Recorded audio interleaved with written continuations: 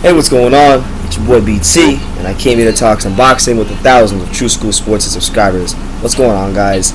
I see a lot of people out there, and they're trying to take my swag, but we're still here kicking on True School Sports. Now, anyway, I'm being stupid, but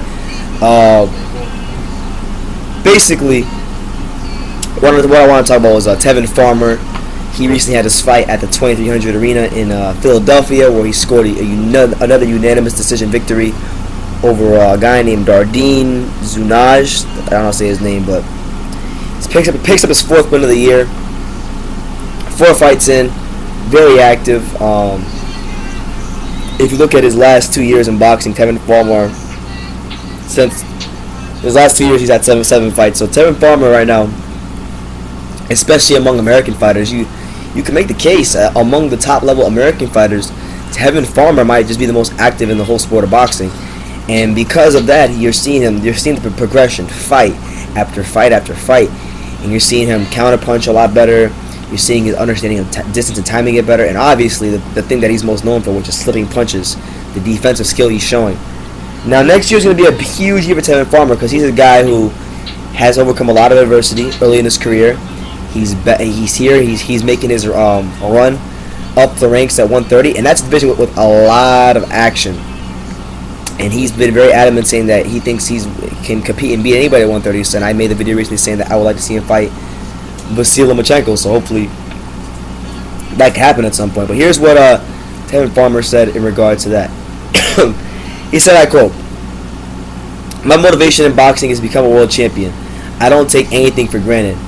I believe I can compete against anyone at 130 pounds and beat them as well." And you know what? I got to agree with Tevin Farmer. There's only a couple guys at 130 right now at this juncture who I think would beat him for sure. And those guys like Lomachenko and like Vargas. And maybe even Salido. But outside of maybe like the top 3-4 guys, I think anybody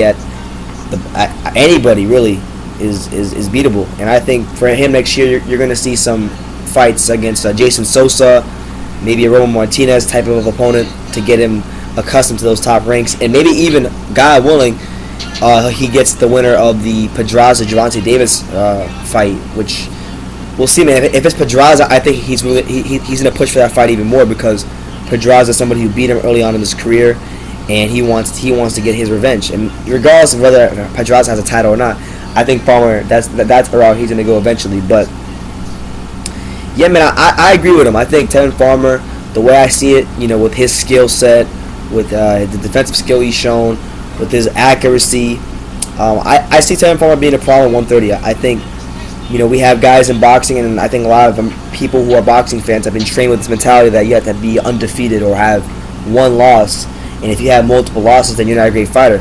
But this is showing right now, Tevin Farmer is showing right now that you can overcome adversity. You can still have a couple losses. Tevin Farmer and guys like him and Adrian Granados are showing that you can still overcome adversity or wrongdoings in your career and rise above that and still be a top level fighter in your weight class. So Tevin Farmer, next year is going to be a big year for him. Right now, he's probably the most active American fighter. He just came up with another unanimous decision win. So I'm looking for big things with Tevin Farmer. I think, once he gets to that top level when he fights the top 10 in his division, if he's able to exhibit the type of defensive skill that he's shown in his other fights against like Ivan Redkach and those fights, then we might at some point be talking about Tevin Farmer as the best defensive fighter in boxing. To be honest with you guys, because he's very slick, very Pernell Whitaker like with the way he slips his punches. So 130 pounds, I'm looking forward to seeing big things from him next year, and hopefully maybe even interviewing him. I do want to go to Philadelphia next year and visit the Johan Boxing Gym and all the gyms out there. So. Shout out to Tevin Farmer and everything he's got going on. He picked up his 4th win of the year recently in a Stay Busy fight at the 2300 Arena. But let me know what you guys think. Of the guys at 130 pounds, who are some of the guys you'd like to see Tevin Farmer match up with? And who do you think are the guys he can beat and can't beat? Let me know in the comments down below. Take the time to subscribe, and you can love me or you can hate me. But I'm just kidding you. So until next time, take care, guys.